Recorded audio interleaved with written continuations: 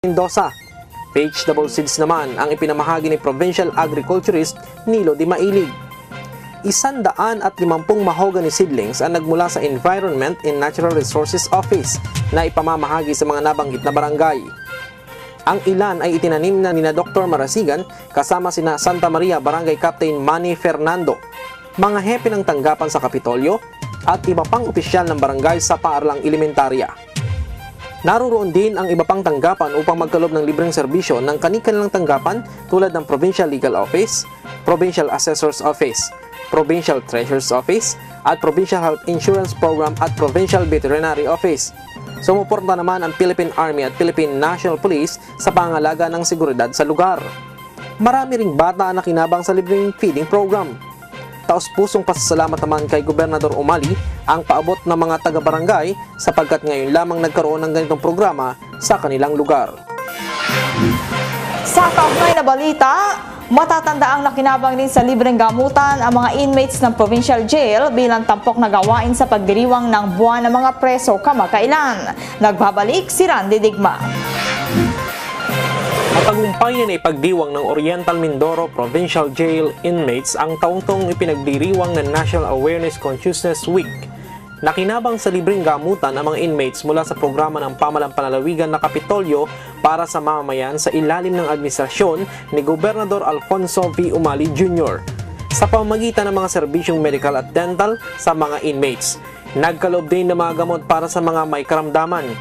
Pinangunahan ng gawain Executive Assistant 4 Dr. Marpeo Marasigan, katuwang ang simbahan sa pamamagitan ng Santo Niño Cathedral, gayon din ang mga doctors na mula pa sa iba-ibang lugar na nagkaloob ng libreng serbisyo. Samantala, ayon kay OMPJ Warden Romero, mas nagiging maayos at disiplinado ang mga inmates sa ngayon. Gusto ko pong ipaabot sa sino man, sa mga kamag-alala ng ating mga inmates na huwag kayong mag-alala dahil simula rin nung ako ay pagtiwalaang manungkulang muli ay ibinalik ko na po dito yung tinatawag nating yung no body contact. Inalis ko po yung body contact dito sapagkat bukod sa ito ay hindi maganda, ito ay violation ng human rights. So, yung mga iba nga po na nagsasabi sa akin, kumbaga mayroon silang kamag-anak na bagong pasok ay bahala na raw. Kung wala kayong dapat ipag-alala ngayon sapagkat wala na akong kagalayan niya sa loob. Inalis na natin yung mga lumang tradisyon na yung mga reception na tinatawag na kung saan sinasaktan yung mga bagong pasok. Dagdag niya na sinisiguro ng kanyang pamunuan na ang sino mang bagong ipapasok dito ay hindi makakaranas ng anyay pambubuli ng mga dati ng preso na nangyayari noon. Naging masigla naman ang pagdiriwang kung saan nagpakita ang mga inmates ng kanilang talent, partikular sa larangan ng pag-awit. Samantala, naging maaga ang paggunita sa Kapaskuhan sa loob ng OMPJ. Sa mga nakasabit na Christmas decorations, ang pinagkakaabalahang pinagkakakitaan ngayon ng mga inmates. Umaasa naman ang OMPJ sa tuloy-tuloy na pagsuporta sa kanila ng pamahalang panlalawigan sa pamuno ni Gobernador Alfonso V. Umali Jr. Para sa madaling pag-unawa at pagdidesisyon sa buhay pamilya, nagkaroon ng oryentasyon hinggil sa positibo at negatibong hatid ng Reproductive Health Bill. May balita dyan si Beverly Aguila.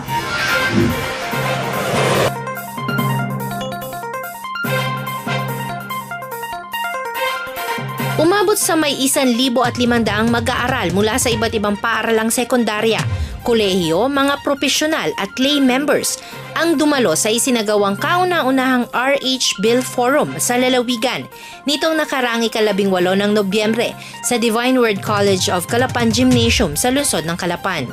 Tumutok sa temang ang dalawang mukha ng Reproductive Health Bill, layunin ng gawain na maipalaganap sa mga mamamayan, partikular sa mga kabataan, ang mga halagang aspeto ng RH Bill o ang panukalang House Bill 4244, an act providing for a comprehensive policy on responsible parenthood, reproductive health, and population and development, and for other purposes. Pangunahing may akda nito si Albay 1st District Representative Edsel Lagman. Sa gawain, naging pangunahing tagapagsalita sina Ana Cosio RN mula sa Pro-Life Manila at Father Vic Uy, JCD, AVC Judicial Vicar. na tumalakay sa mga negatibong aspeto ng RH Bill para sa buhay, partikular sa kalusugan ng mga kababaihan. Inilahad naman ni na Dr. Christopher Soriano mula sa Ateneo School of Medicine and Public Health at ni Jonas Bagas, National Coordinator ng Akbayan Party List at kumatawan kay Akbayan Representative Risa Hontiveros ang mga issue at usapin bilang pagsuporta sa mga nilalaman ng RH Bill. Kabilang sa mga tinalakay ang negatibong epekto sa kalusugan ng family planning devices na ipinopromote sa ilalim ng panukalang RH Bill, tulad ng condoms, birth control pills at IUDs na ayon sa mga serye ng pag-aaral ay nakapagdudulot ng sakit at kapahamakan sa kalusugan ng mga ina. Pro-life, pro-choice at pro-chance. Ito naman ang binigyang diin ni Akbayan Party List Coordinator Bagas bilang pagsuporta sa RH Bill. Inaasahan sa pamamagitan ng gawain na ipabot sa mga mamamayan ng mga positibo at negatibong aspeto ng panukalang RH Bill at makapagbuo ng matalinong desisyon hinggil rito. Ang forum na isang special episode ng DWCC No Holds Barred TV program ay inorganisa ng DWCC External and Alumni Affairs Office sa pangunguna ni Don Stefferson Calda. Sa pagpapatuloy ng krusada upang labanan ang malnutrisyon ng mga bata, isinagawa noong Nobyembre 25 ang Laki sa Gatas Nutrition Education Advocacy sa Oriental Mindoro. Narito ang report ni Ana Marie Reyes.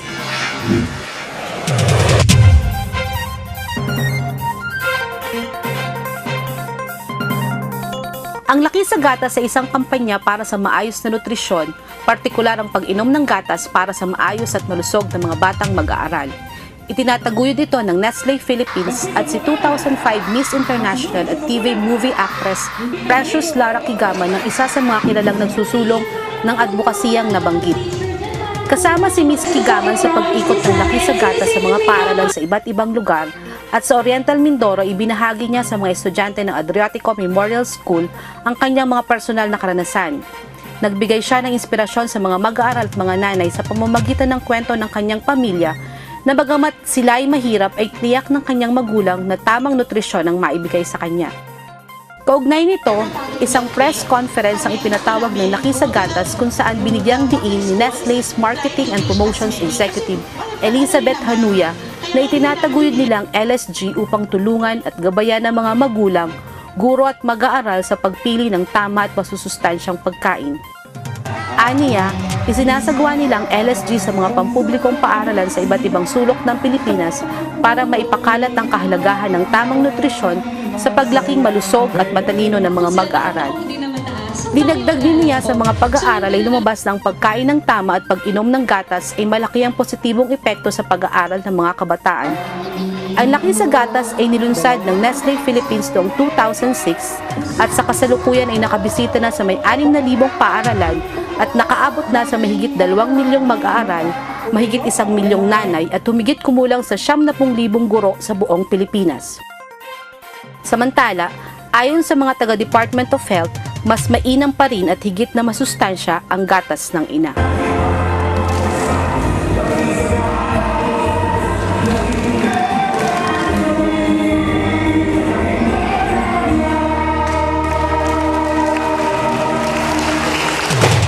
Susunod, media seminar workshop para sa epektibong pamamahayag isinagawa.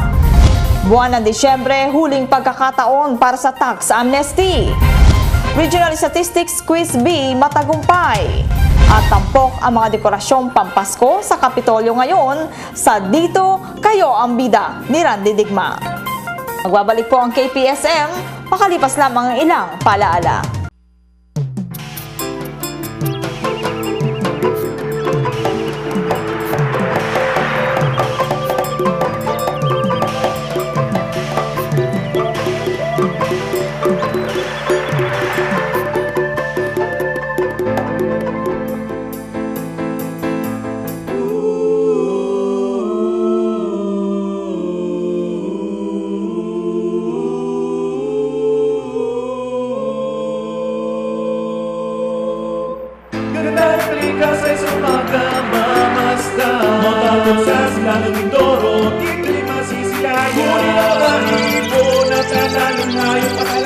Pagdating kamalian kay gandang pagmasdan. Ngunit pag isang araw nakita ang kapangasan, mga mapanirang gawain hindi pinag-isipan.